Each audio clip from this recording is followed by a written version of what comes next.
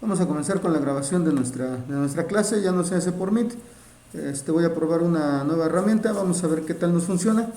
Así que, bueno, vamos a estar todavía con si se puede compartir esta grabación, eh, se los haría llegar por medio de un enlace de YouTube, ya que estaría guardando en mi computadora y más tarde estaría subiendo el video.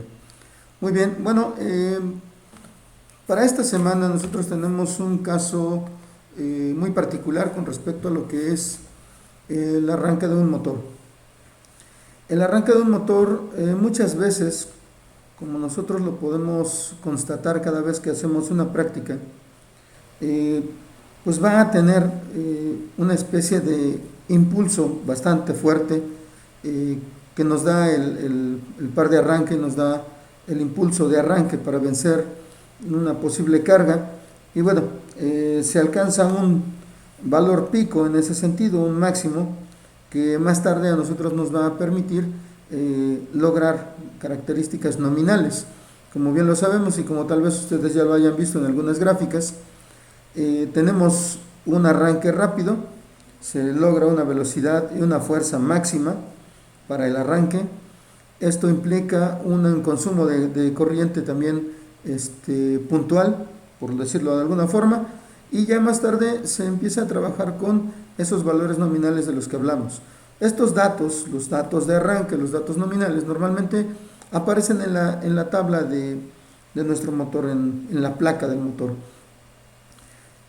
Esta situación, el hecho de que, bueno, por ejemplo, ustedes hayan visto que cuando arrancamos un motor, de repente parece que se levanta de uno de los lados, les decía, parece que patea.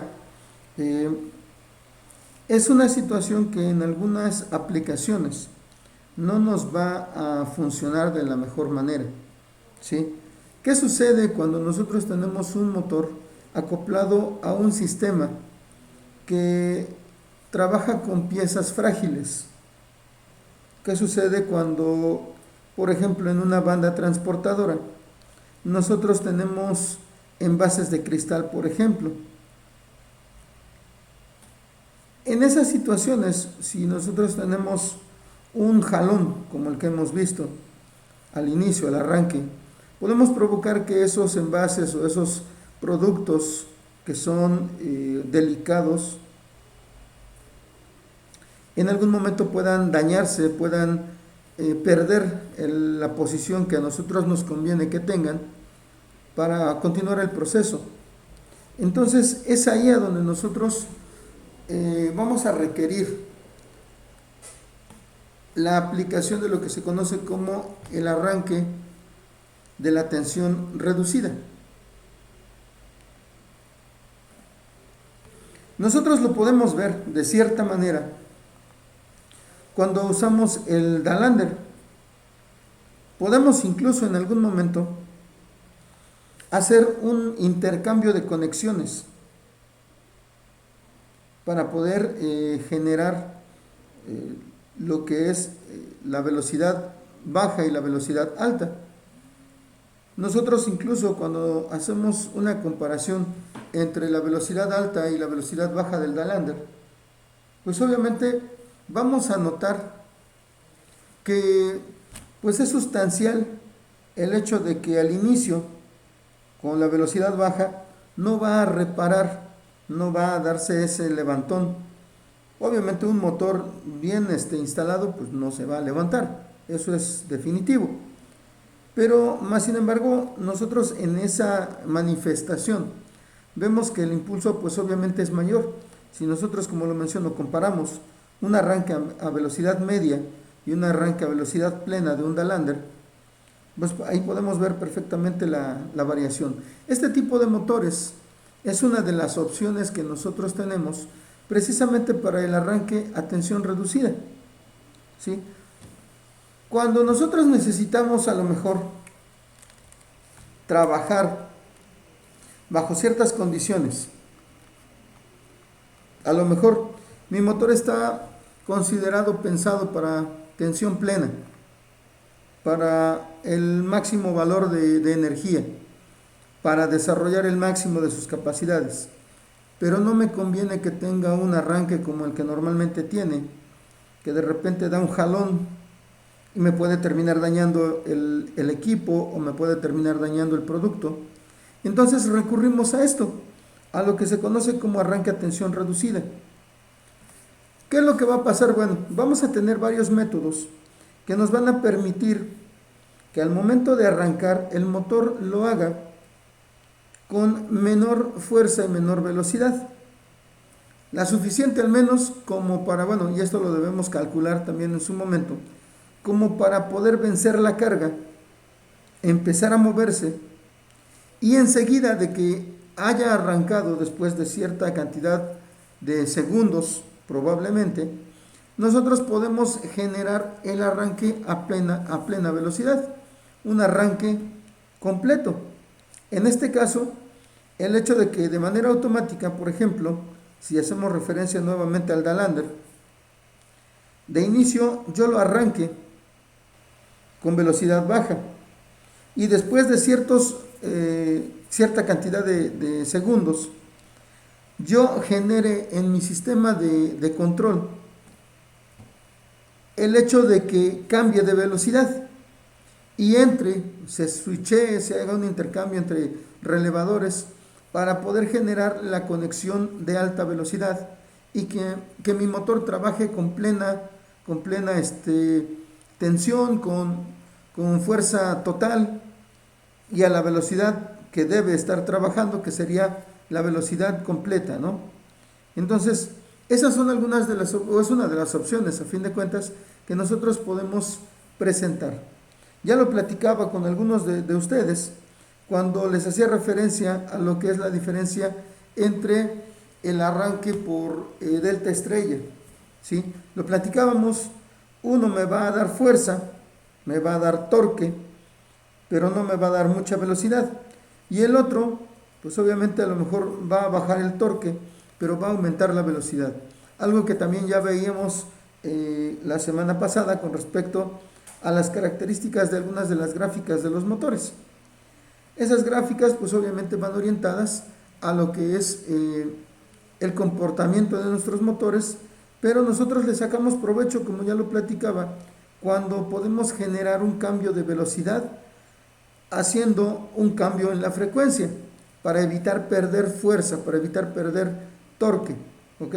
Entonces, esas situaciones nosotros las podemos aprovechar para poder generar un funcionamiento en las condiciones que a nosotros nos conviene. Ahora, algo que nosotros debemos tomar en cuenta cuando decidimos generar un arranque con tensión reducida es los requisitos del torque, par mecánico y arranque de la carga.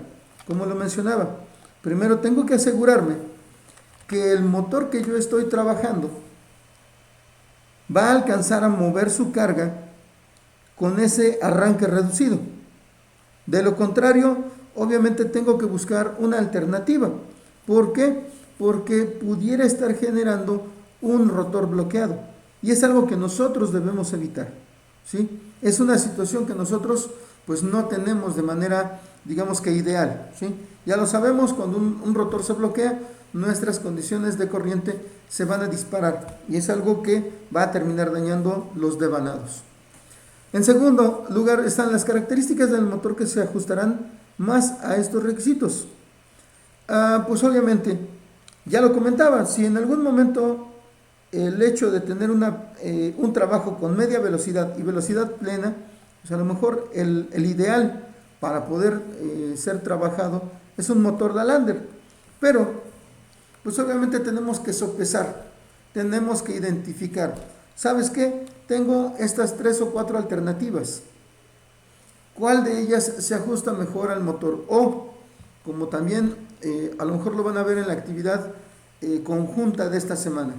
Para esta semana tenemos algunos cálculos, ya les estaré pasando los videos, pero además les estoy solicitando ahora sí el planteamiento, la elaboración de un reporte con el planteamiento para poder trabajar con un motor en una aplicación que ustedes tengan a la mano. Pero en este caso ustedes van a investigar cuál es el mejor motor que se puede utilizar para la aplicación que ustedes están identificando. ¿Qué opciones tenemos? ¿Qué control vamos a utilizar? ¿Qué control nos conviene? Los costos, en cuánto me sale, en cuánta energía se va a estar gastando, en cuánto va a salir estarlo manteniendo. Además del suministro energético, pues obviamente cambio de refacciones. Todo eso lo van a tener que considerar, ¿ok? Bueno, en este caso, pues obviamente nosotros debemos estar plenamente seguros de cuáles son las características de nuestro motor. Como les mencionaba, bueno, si un Dalander se llega a ajustar a esas características, pues lo tomo en cuenta en lugar de utilizar un motor convencional. Ahora,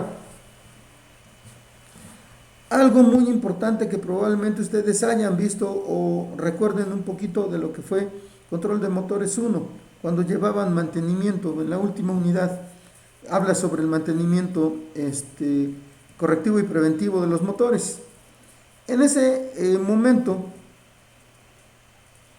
nosotros analizamos que el hecho de instalar, primero elegir y luego instalar de manera correcta un motor, nos va a ahorrar muchos dolores de cabeza y además va a permitir que el motor pueda desarrollar el total de su vida útil en las mejores condiciones posibles, ¿sí? Esa es parte de la situación que nosotros vamos a tener. El objetivo general que vamos a tener en este sentido es que ustedes sepan elegir el motor y los elementos que van a utilizar para el control y la protección del mismo, ¿ok? Ahora, la fuente de energía y el efecto que la corriente del arranque del motor tendrán en el voltaje de línea. Recordemos, nuestros sistemas se guían por lo que es la ley de Ohm. Si en algún momento el voltaje va a bajar, la corriente va a aumentar, ¿sí? ¿Por qué? Porque normalmente la resistencia se mantiene. Pero bueno, lo vamos a ver también enseguida. Algunos de los métodos están basados en el aumento de resistencia. ¿Cómo? Lo platicábamos en uno de los ejercicios que vimos anteriormente, me parece que hace un par de semanas. Entonces, esa cuestión nosotros la tenemos que considerar. Si me conviene, de qué manera vamos a hacer que nuestro sistema reaccione al estar utilizando uno u otro método. Probablemente uno me haga gastar más energía que otro, pero si no tengo de otra para poder darle solución a mi situación, pues probablemente tenga que utilizar un método que me genere demasiado gasto de energía. Finalmente, el efecto del torque par mecánico de arranque del motor en la carga impulsada. Lo que comentaba, perdón. ¿Qué sucede con lo que yo tengo ensamblado, con lo que yo tengo acoplado al motor? Si este arranca de manera brusca, si se desarrolla el par de arranque y este termina dañando a lo que tengo acoplado. Si el elemento que estoy empezando a mover pudiera tener cierto grado de precisión en su trabajo. Imagínense que nada más, bueno, que tengo acoplado un sistema muy delicado de transmisión de movimiento o que está demasiado bien calibrado para poder generar algunas mediciones o no sé, algo por el estilo. Vamos a tener el problema de que se puede estar desajustando constantemente con esos arranques bruscos. Entonces, pues obviamente es algo que nosotros vamos a querer evitar. En ese sentido, nosotros también pues debemos tener, como ya lo mencionaba, mucho cuidado en esos dos aspectos. El hecho de que por un lado, pues yo quiero cuidar lo que está acoplado al motor y por otro lado, la capacidad del motor para poder arrancar en condiciones en las que no va a desarrollarse de buenas a primeras, ¿sí? ¿Qué tanto pudieran afectar al motor? Si yo tengo algún efecto nocivo para el motor, pues obviamente quiere decir que el motor no está en las condiciones o no tiene las características para que nosotros podamos realizar la conexión que esperamos. O el hecho de mantener esa reducción de movimiento al arranque. ¿Ok? Entonces, es parte de lo que nosotros vamos a buscar cubrir con este tipo de métodos que vamos a ver enseguida. Tenemos una clasificación general de lo que son los sistemas de arranque. ¿Sí? En este caso, de manera directa, lo que es el motor de inducción tipo rotor jaula de ardilla de corriente alterna, que son, como ya lo sabemos, los más difundidos en lo que es las aplicaciones. De los métodos de arranque, nosotros tenemos el del voltaje pleno, el arranque directo, lo que nosotros hemos estado haciendo. Y a pesar de que tenemos nuestro sistema de control, pues solamente sirve precisamente para alimentar el motor y que este arranque con sus características totales, con su característica plena. ¿Ok? Eso es lo que hemos estado haciendo. Ahora, el voltaje reducido va a tener estas 4 opciones. La primera, con resistencias primarias.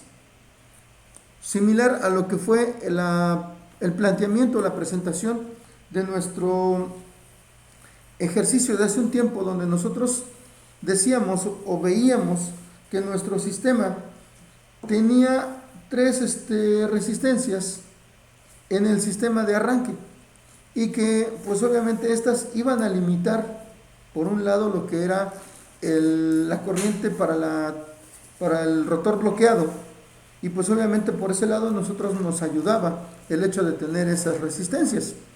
En este caso las resistencias se van a utilizar para lo que nosotros consideramos como arranque a tensión reducida, ¿sí?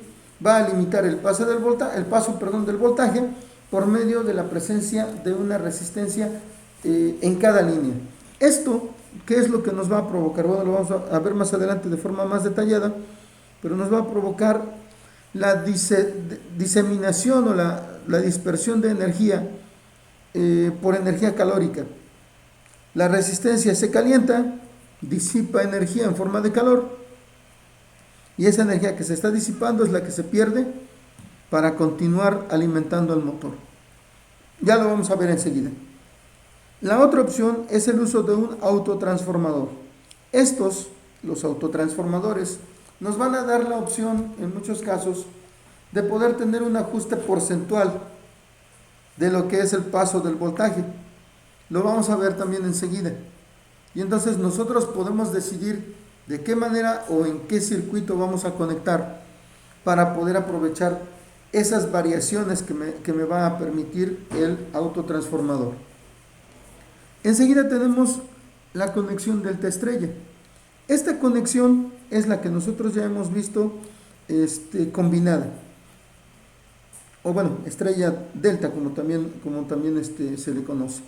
Entonces, este tipo de conexiones alternan y las vamos a ver ya dentro de poco, y las vamos a conectar de manera automática para que nosotros podamos hacer uso de este tipo de arranques. Ahora, ¿qué es lo que va a pasar? Cuando nosotros, y aquí sí, tenemos que tener mucho cuidado con lo que es el manejo de nuestros sistemas de control. Esto debe ser de manera inmediata y pues secuencial. Yo voy a arrancar el motor con un esquema y enseguida con un botón de mando yo voy a hacer el intercambio, ¿sí? Cuando uno abra, cuando el relevador que me está alimentando para la estrella, por ejemplo, se abra, se tienen que accionar los que me estén trabajando para el triángulo, para delta, o al revés. Cuando estemos trabajando en delta y yo presione el botón del cambio, se va a abrir el relevador que me genera la delta, y se tienen que cerrar inmediatamente los relevadores que me van a dar este, la estrella, ¿ok? Entonces, debe ser simultáneo, el motor se va a mantener trabajando, no va a haber una alternancia como lo hacíamos con el intercambio de giros,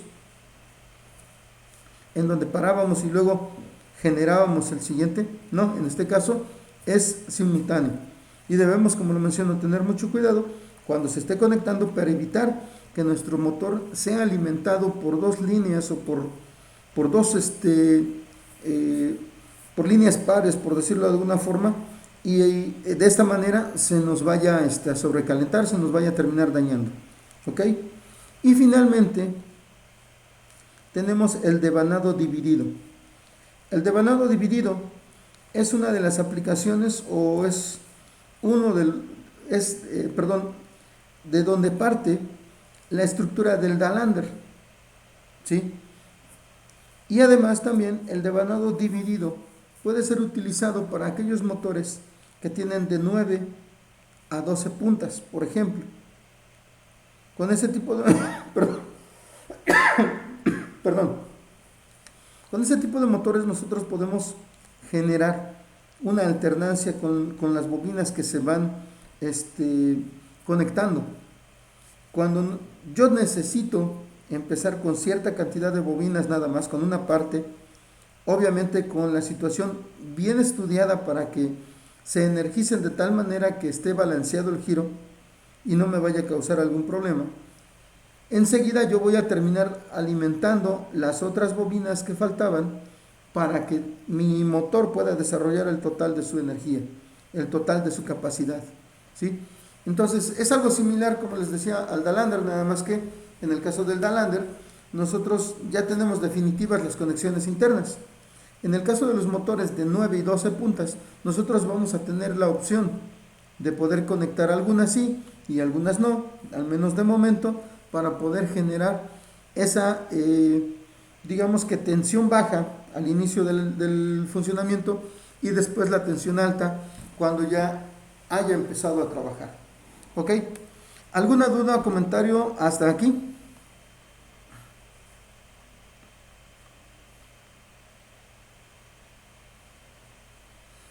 ¿Dudas, comentarios, observaciones? Por el momento no, Inge, gracias. Gracias, André. Los demás compañeros, ¿alguna cuestión que quieran comentar? ¿Alguna aportación o alguna observación?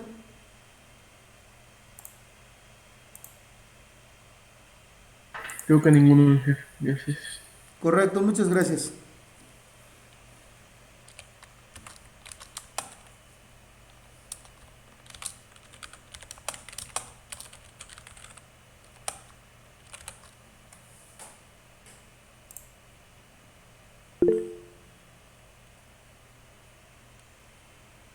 Perfecto, muchas gracias, Marcos.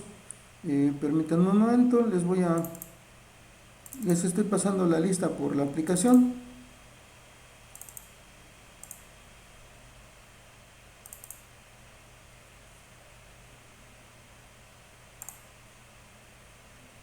Correcto, muy bien. Ok, bueno, entonces vamos a continuar. Vamos a detallar un poquito lo que podamos de estos métodos de trabajo. Perdón. Como ya lo platicábamos, pues obviamente cada motor tiene pues una gráfica de funcionamiento. En este caso nosotros tenemos una gráfica de lo que es la velocidad síncrona en porcentajes con respecto a lo que es el par nominal o a plena carga, también en porcentajes. ¿Esto con qué motivo? Vamos a identificar las zonas que cubren cada uno de los métodos de funcionamiento. ¿Sí? ¿Qué es lo que va a pasar? Bueno, vamos a tener zonas donde se va a cubrir un par máximo, un par de aceleración, el par mínimo y el par de arranque a rotor bloqueado. ¿Sí? Si nos damos cuenta, pues obviamente no tengo velocidad cuando yo tengo el rotor bloqueado, pero el porcentaje de plena carga va más allá del 100%. Eso quiere decir que empieza a sobrepasar las capacidades de nuestro motor. ¿sí? Es algo que nosotros, como ya lo mencionaba, pues obviamente no vamos a permitir o debemos evitar. Ahora también lo que nosotros vemos del lado izquierdo es uno de los tableros que tanto se pueden armar como se pueden comprar. Muchos de los productores, de los fabricantes de motores, como ya lo mencionaba también hace algunas clases, pues obviamente también producen sus elementos de control. Y en algunos casos, donde nosotros ya tenemos bien definido cuál es el funcionamiento que se va a llevar a cabo, o cuando ya tenemos declarado, por ejemplo, que voy a tener un intercambio estrella-delta, por ejemplo, pues son unos de esos arranques más comunes. Entonces, para ese tipo de arranques, o para la inversión de giro, por ejemplo, pues algunos proveedores ya te venden el tablero. ¿Sabes qué? No, tú solamente le vas a aplastar aquí y acá, y el motor va a funcionar como tú lo quieres. O le vas a switchear, le vas a dar vuelta a esta perilla, y entonces el motor se va a ir y se va a regresar, ¿sí? O en el caso de una grúa, por ejemplo, va a hacer un recorrido en un sentido, le das la vuelta y hace el recorrido en el sentido contrario. Pues obviamente lo que busca un productor, un proveedor, pues es cubrir la mayor, digamos que área posible con respecto a las aplicaciones tanto de motores como de elementos de control y protección. Obviamente estos motores pues ya deben estar bien estructurados y terminan siendo avalados por algunas de las normatividades para decir, bueno, es que está trabajando en este esquema bajo la norma NEMA, o está trabajando bajo este otro esquema bajo la norma IEC. También con respecto a esa cuestión, yo les estoy pidiendo en la actividad del reporte que hagan referencia a la clasificación de los motores. Nosotros, pues de buenas a primeras, utilizamos la clasificación NEMA. Las placas de los motores traen esa clasificación normalmente, pero nos vamos a dar cuenta también que los motores de empresas europeas principalmente ya vienen bajo la norma IEC, que es la norma internacional eléctrica. Entonces, nosotros tenemos que estar orientados a la aplicación o a la proyección en base a esa normatividad también. Ok, entonces yo les estoy pidiendo que para ese reporte investiguen con respecto a las dos normatividades la clasificación de los motores, para que en algún momento a lo mejor se reporta trabajo en el sentido de una empresa que trabaje con la norma NEMA, o en otro sentido con una empresa que trabaje con la norma internacional. Como ya lo he mencionado, nosotros tenemos que conocer pues de buenas a primeras la norma internacional, en este caso la IEC, y pues por necesidad, por las cuestiones comerciales, nosotros trabajamos también la norma NEMA. Muy bien, ahora, esta curva de la velocidad y el par, ahora nos muestra justamente en qué parte o de qué manera se desarrolla cada uno de los métodos. Estas son sus curvas de velocidad. El más bajo es el delta estrella, ¿sí? Al menos en lo que es este desarrollo de par.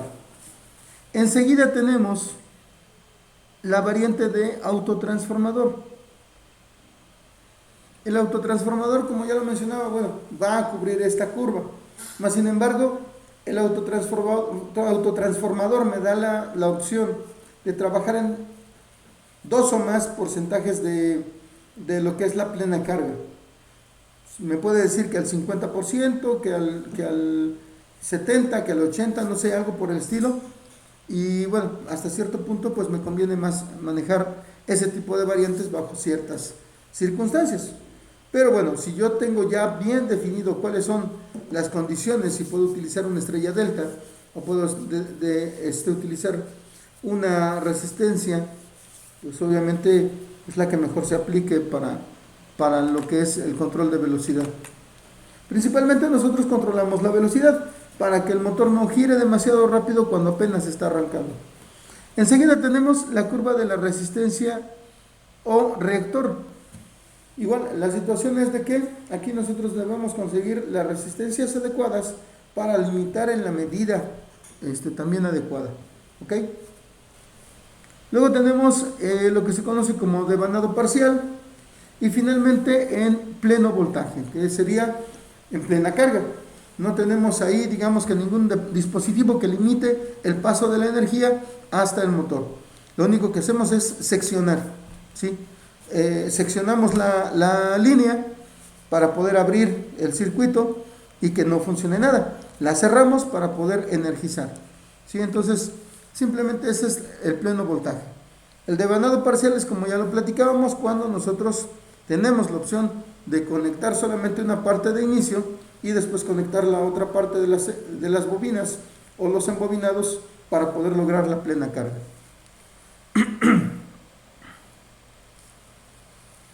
Ahora, este es un esquema donde tenemos un arranque a tensión reducida por medio de resistencias, ¿sí?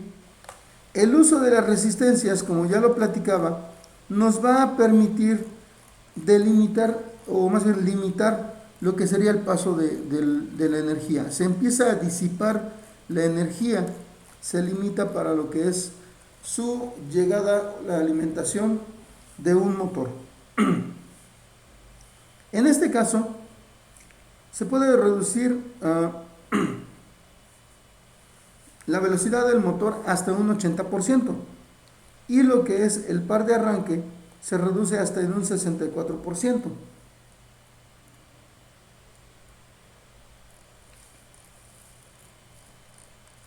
Esos son los datos que nosotros vamos a manejar de buenas a primeras. Ahora, lo que yo comentaba era que cuando nosotros tenemos este tipo de sistemas, obviamente las resistencias van a consumir energía, van a empezar a disiparla en forma de calor. Y pues obviamente ahí voy a tener una merma de energía. Es algo que yo tengo que considerar si es válido que voy a absorber, ¿sí? Si es válido que esto pueda ser posible por el simple hecho de que voy a reducir la velocidad de nuestro motor. Ahora,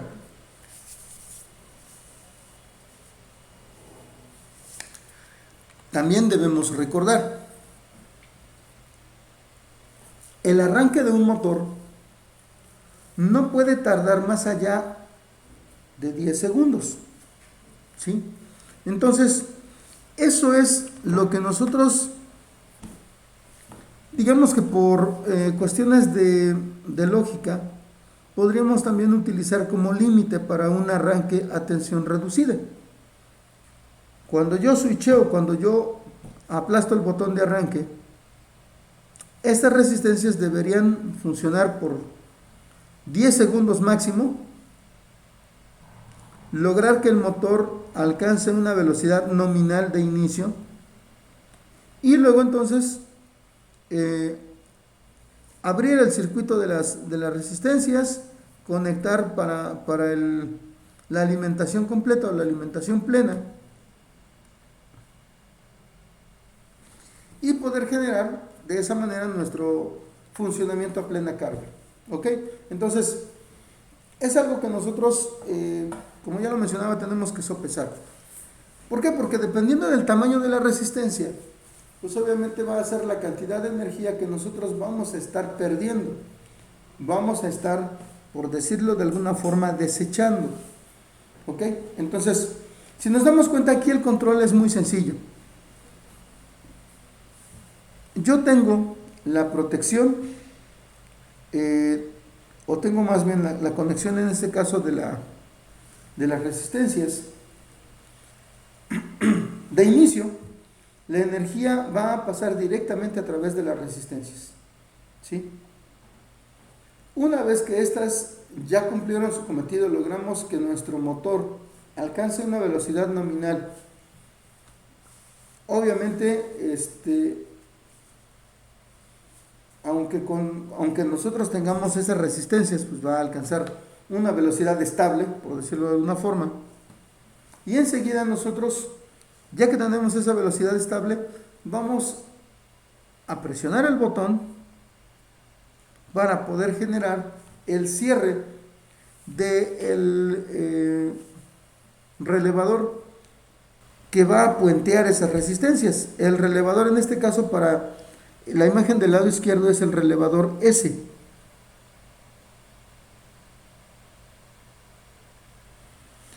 Este relevador, al cerrarse, pues obviamente le va a permitir el paso a la corriente en forma pues plena. Si nosotros tenemos, en este caso la energía tiene oposición al momento de tratar de pasar por aquí, a lo mejor sí logra pasar, pero muy a dura fuerza o muy a duras penas. Pero si nosotros logramos cerrar esto, entonces nuestro motor va a recibir la energía de lleno. ¿Por qué? Porque en lugar de querer pasar hacia la derecha, nosotros vamos a ver que nuestro motor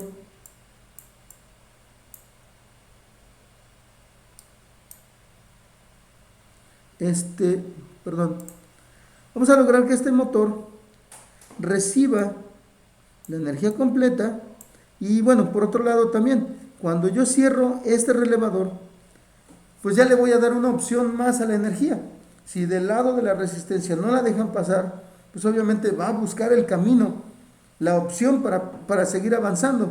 Y en este caso va a respetar o va a hacer uso del puente para evitar pasar a través de la resistencia, porque le cuesta muchísimo trabajo, ¿sí? Y del otro lado pues va a tener el flujo normal. A fin de cuentas seguimos alimentando el motor.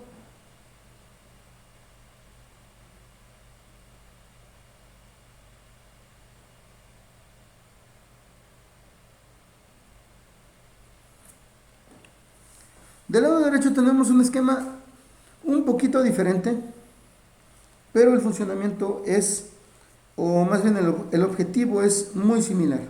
Si ustedes se dan cuenta, sigue siendo bajo la normatividad NEMA,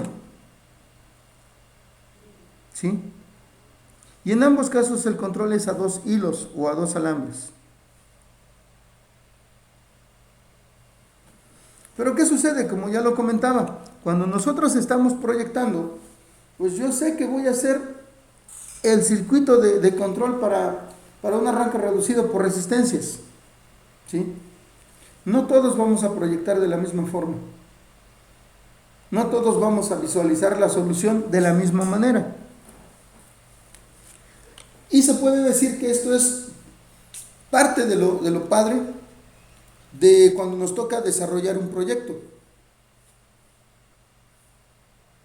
Porque cada uno tiene pues visualizado cómo le va a dar solución al problema, al ejercicio.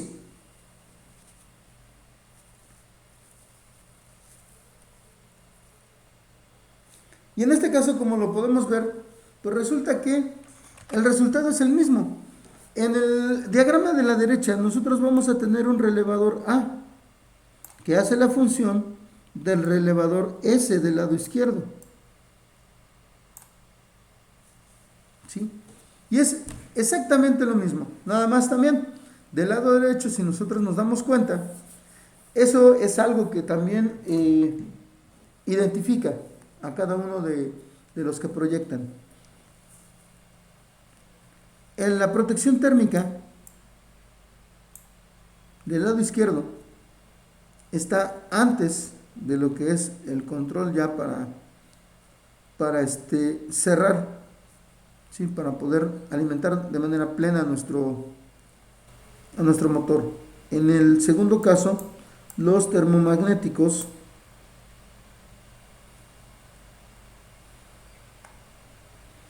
se encuentran después de las resistencias, prácticamente pegados al motor, ¿ok? Entonces, Esas son variantes que nosotros vamos a encontrar y que más sin embargo siguen cumpliendo con la función. Se sigue teniendo además los elementos de protección, los elementos que van a resguardar la integridad de nuestro motor, la integridad de nuestros elementos. ¿Ok?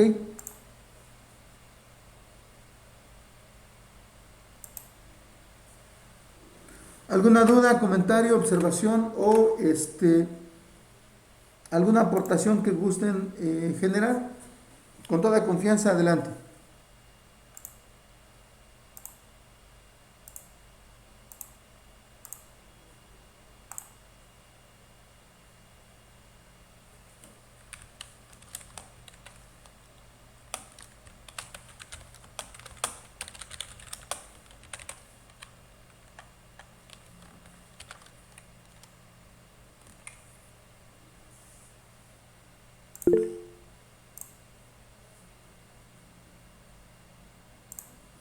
Correcto, muy bien, gracias también, mi buen André, correcto.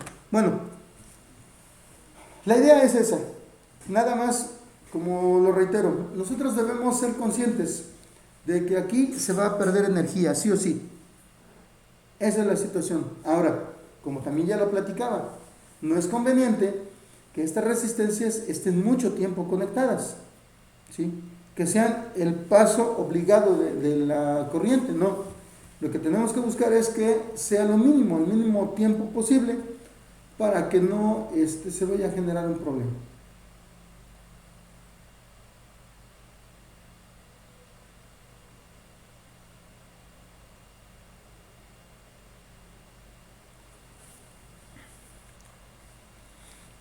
Muy bien, bueno, vamos a ver, en este caso, otro de los esquemas que también pudiéramos encontrar en ese sentido. ¿Ok? Tenemos una alternancia en este caso. Otra manera para que nosotros no necesariamente estemos haciendo uso de la resistencia. Si ustedes se dan cuenta, en este caso, tanto en el diagrama de la izquierda como en el diagrama de la derecha, la resistencia queda como una opción, es parte del nodo. Queda como una opción. La corriente llega al punto de alimentación de la resistencia, al nodo donde entra también el relevador, y entonces nuestra corriente, la alimentación, va a tener dos caminos para seguir. Uno, que va a ser el de la resistencia, pues obviamente es muy difícil de pasar. Y el otro, pues obviamente es un poquito más libre. Más sin embargo, la resistencia sigue trabajando, aunque yo ya haya cerrado el relevador, por un lado el S y por el otro lado el A. El esquema que nosotros tenemos enseguida va más allá. ¿Qué es lo que hace? Realmente evita que la resistencia siga trabajando. Cuando yo cierro la marcha, en este caso,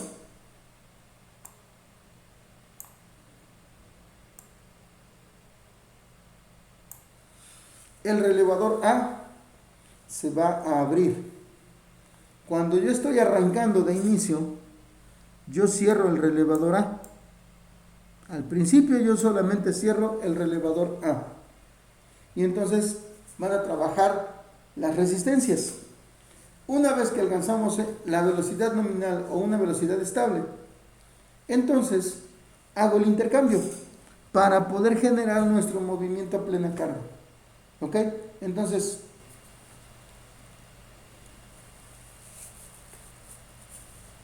este debería ser uno de los controles ideales para evitar que nosotros continuemos desperdiciando energía una vez que ya estamos tratando de alimentar nuestro motor con el total de la energía disponible para su funcionamiento. ¿Ok? Entonces, cuando uno se abre, el otro se va a cerrar y viceversa. van a ser condicionantes en ese sentido para evitar que tengamos algún problema en ese caso, como ya lo mencionaba, con el exceso de energía disipada. Porque en los diagramas anteriores nosotros continuamos teniendo disipación de energía por las resistencias, porque en ningún momento se abre el circuito que alimenta la resistencia, simplemente se cierra un puente, pero la resistencia sigue recibiendo energía, ¿ok? Ahora, tenemos las condiciones de lo que es un autotransformador. Como se los mencionaba, nosotros vamos a tener opciones para nuestra alimentación. ¿Qué va a pasar? En el circuito de alimentación del motor, nosotros vamos a conectar un autotransformador. Tiene sus puntas para conectarse a la línea, obviamente hace su trabajo de transformación, pero en este caso lo que nos va a generar, lo que nos va a hacer una variación en la cantidad de voltaje que va a dejar pasar o que va a alimentar, ¿sí? Va a tener los devanados seccionados para poder generar esto. Ahora, algunos de los autotransformadores tienen estas características o estas opciones para poder ajustar la tensión del 50%, del 65% y del 85%. Obviamente tenemos la otra opción para la plena carga, ¿sí? Pero estas son las opciones de limitación que nosotros tenemos. Ahora, en esta tabla, en este diagrama, nosotros estamos contemplando los otros dos datos importantes, lo que es el par de arranque y la corriente de arranque.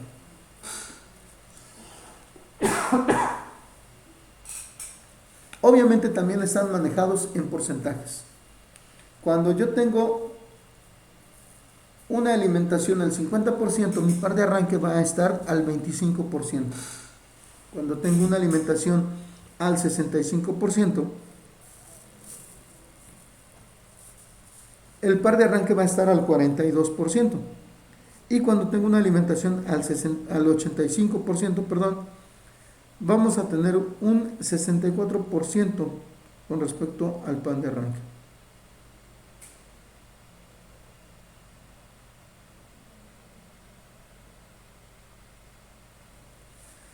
Otra de las características que también se va a ver afectada, como lo podemos ver aquí, es la corriente de arranque. Cuando yo limito el 50% de la alimentación, la corriente va a quedar en el 28%. Cuando tenemos el 65%, la corriente va a estar en el 45%. Y cuando tenemos al 85%, nuestra corriente va a estar al 67%.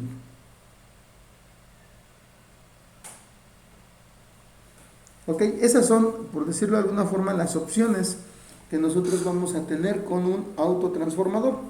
Ahora, estos son los diagramas, algunos de los diagramas, en este caso un primer diagrama, para poder hacer funcionar nuestro motor por medio del autotransformador. El autotransformador va a tener esas tres salidas ya marcadas para 25, 65 u 85%. Y vamos a utilizarlo como se utilizaron las resistencias en los diagramas anteriores. Para el arranque hacemos pasar directamente la energía por el autotransformador y de este va a salir energía para poder alimentar al motor. Cuando yo quiero que trabaje a plena carga, yo voy a hacer nuevamente una alternancia. En este caso, el relevador S se abre y el relevador R se cierra para poder permitir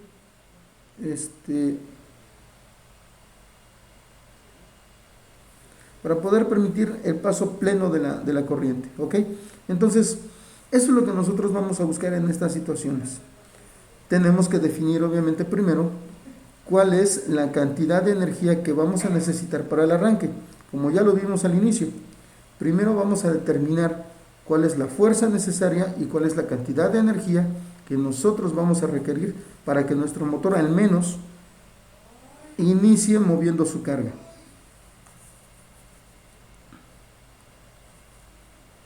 Aquí tenemos otro diagrama.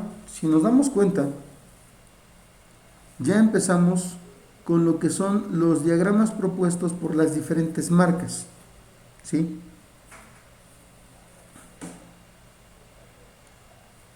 En este caso, por ejemplo, tenemos el diagrama propuesto por la marca Square-D. Obviamente, esta marca, que es de Schneider, es una marca alemana, va a proponernos también su propio tablero de respuesta, o tienen su diagrama, tienen sus tableros para poder trabajar esta situación, y únicamente te van a decir, bueno, ¿con qué porcentaje de energía necesitas trabajar? Aquí lo vemos, tenemos la opción, en este caso, del 50, el 67 y el 84%. Entonces, en nosotros queda el realizar los cálculos para poder decidir cuál de estos porcentajes vamos a estar aprovechando.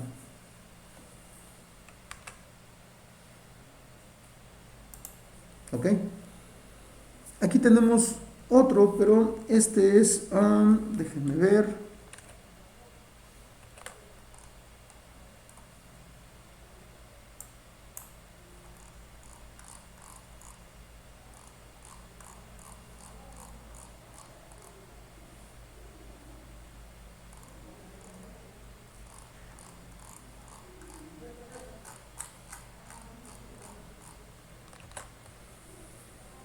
Bueno, en este caso se maneja la conexión en estrella para nuestro motor, perdón, para nuestro transformador. Entonces, pues obviamente también tenemos esas opciones para poder generar la alimentación. ¿Ok? Como les decía, a partir de aquí nosotros vamos a empezar a ver algunos diagramas que son propuestos por lo que es una marca u otra. Y como ya lo veíamos al inicio, algunos van a colocar esos elementos de protección o esos elementos de mando en algún lugar diferente al de otro, ¿sí? Nosotros, pues, obviamente, simplemente tenemos que asegurar que esos elementos de mando se encuentran en el lugar adecuado, se encuentran en un lugar a donde me van a generar realmente la protección para el motor. Estos son este es el aspecto del autotransformador. Estas son las placas de donde nosotros nos vamos a poder conectar. Si ustedes se dan cuenta, están los valores que utiliza.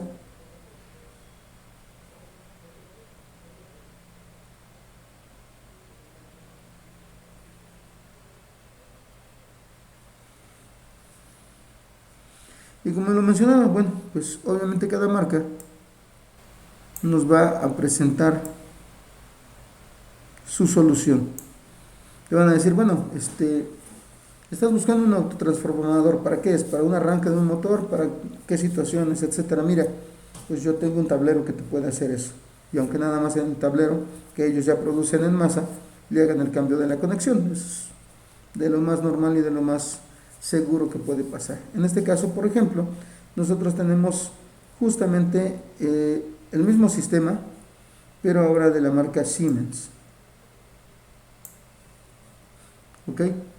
Y sigue siendo para autotransformador, ¿sí? Estos elementos ya vienen aquí incluidos. Esta es la parte del autotransformador.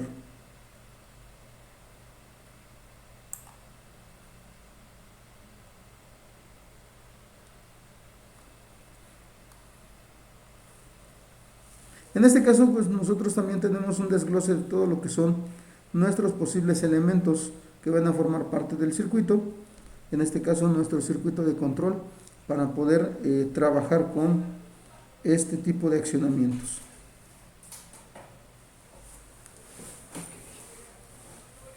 Ok, en nuestros diagramas nosotros vamos a encontrar el autotransformador expresado de esta manera, ¿sí?